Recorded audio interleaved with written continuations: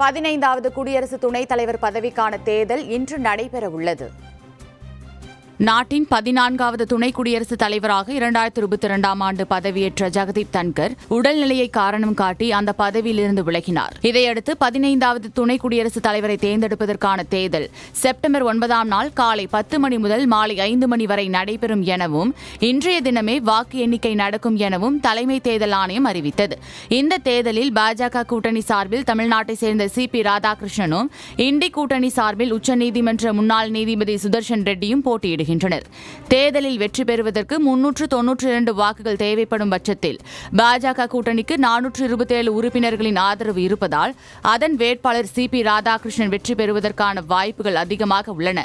இருப்பினும் ரகசிய வாக்கெடுப்பு என்பதால் இறுதி முடிவுகள் எதிர்பார்ப்புகளை மாற்றியமைக்கக்கூடும் என எதிர்பார்க்கப்படுகிறது. தில்லி நாடாளுமன்ற வளாகத்தில் வாக்குப்பதிவு நடைபெறும் நிலையில் இன்று மாலை 6 மணிக்கு வாக்கு எண்ணிக்கை தொடங்கி முடிவுகள் உடனடியாக அறிவிக்கப்படும் என தேர்தல் அதிகாரி தெரிவித்துள்ளார்.